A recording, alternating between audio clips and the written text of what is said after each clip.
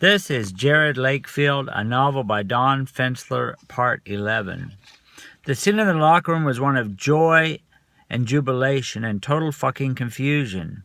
All of our heads were exploding and in a fucking daze at the same instant. We had no previous experience, especially in basketball, to fucking relate it to. We were behind and the game was only half over, but our guys were acting like the game was over and we had won the national championship. Calm down, said Coach Tryon. I yelled at our forward, Tyler Miller, to fucking sit down, but no one, not even Coach and I, could sit still and be rational. Angel dust was flowing from our ears and warm urine from our loins.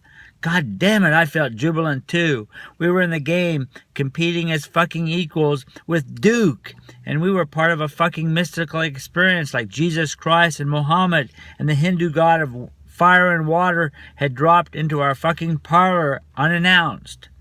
Crazy, very fucking noisy in the locker room. How about this? Screamed Connor Phelps, our post, pounding me on the back. We'll be the talk of the nation. I hate being pounded on the back, but I was giddy. I took the pounding like a man. I also felt something wasn't right. Jerod Lakefield was at his locker. The door was open. He looked sad. So fucking sad. What? So sad, so sad. Jerod Lakefield was holding a book. I don't know what book it was. Was he doing his fucking homework during halftime of a game against Duke? It was a small book. He was reading from it. Jerod Lakefield turned and looked at me suddenly. The suddenness of his eye contact caused my heart to freeze and then explode. I felt this chill, a dark Antarctic chill. Why was he so down-looking? Why wouldn't Jerod allow himself to be happy now? He put the book away and then he came over to me. My heart was pounding, my legs trembling. I don't think we can win, he said. That's all he said, and looked at me. What's wrong? I asked him. You don't look right. I don't think we can win, he said again. They will talk at halftime. They will talk about me. Of course they're going to talk about you, I said. We'll just keep trying what we've been trying. That's all we can do. We won't be able to do what we were doing in the first half, Jerod Lakefield said. I need help. They will put 2 players on me, and our guys are not fast enough to set the screens. I need to be able to pass off to them and have them be able to score consistently with the 4-on-3 situations. There was a pause. Jerod Lakefield was speaking with no uhs or ums. We are not ready for that, he continued. With a team of this caliber, I feel it. They are too fast for us. They are too big for us. They're too good for us. I felt them getting stronger and wiser by the minute.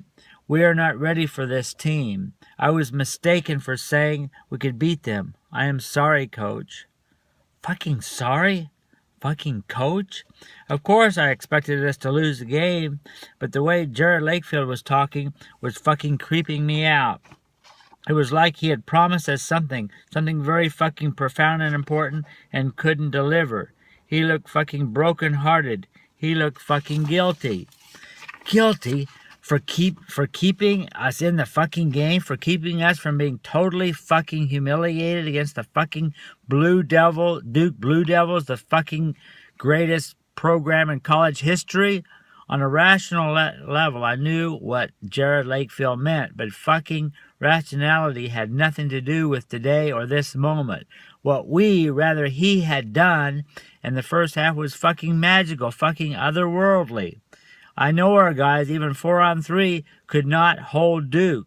I next spoke not as a coach, but as a child in awe. Can't we just keep screening and letting you shoot, I asked. I can score, but not enough, said Jerod Lakefield. His words were common sense, reasonable. But I felt like I was with Daniel from the Bible in the den with the lions and tigers and bears, oh my. Second half. And so the words of Jerod Lakefield are bouncing around in my fucking head like a ping pong ball on meth. First him saying we can win, but now him saying we cannot win, and the incredible sadness about him. The run from 29-5 to bring the score to 39-30 against Duke had been miraculous, but it had come at a price. Jerod Lakefield was in a strange funk, and our guys were dead exhausted, more psychologically than physically. They looked totally shot at and missed, and shit at and hit. But Jerod did all he could to disprove his own prophecy as the second half started. He tried to get open, but Duke now had one guy constantly on him like a fucking heartbreak of psoriasis, like 24/7s, including Sundays, and another guy within 5 feet ready to become another incurable disease on him if he got the ball.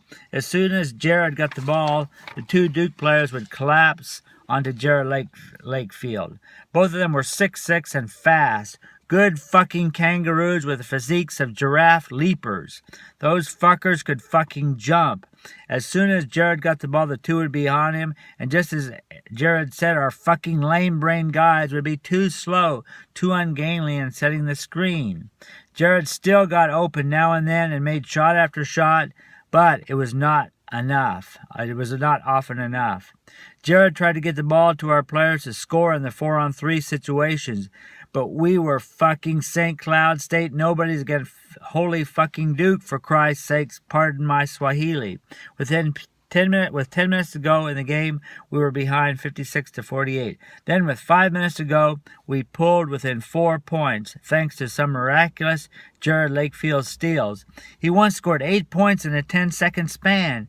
He hit a 3, then stole the ball on the throw-in, and hit a 2. Then on the next Duke throw-in, he snuck up behind the Duke players, dribbling up the court, and stole it again. The fucker, instead of going in for a layup, pulls up and shoots a fucking 3 from well behind the mark, as if to show he could do it. 8 points in 10 seconds, and Duke called a timeout, and everyone in Cameron Stadium shook their fucking heads in disbelief and swore off drugs and alcohol and cult religions for life. It was just fucking flabbergasting watching this fellow Jerod Lakefield. But that was as close as we could get. Every rally took its toll. Jerod Lakefield could only do so much. We lost 77-69, with Jerod scoring 41 points on 12 for 16 from the field, with seven of them being three-pointers. He was 10 for 10 from the free throw line. And fucking lo and behold, we were the talk of the nation for a few days. Well, one day to be exact. We were all over ESPN and CNN and even the fucking History Channel, I think. Even I was interviewed and fucking managed not to say the word fucking live on SportsCenter. I said something brilliant to the guys on SportsCenters. I said, Jerod Lakefield is a great basketball player. I wanted to kick my own ass up and down the Canadian border and back for saying something as fucking lame and obvious as that, but there's no taking anything back on national TV in America.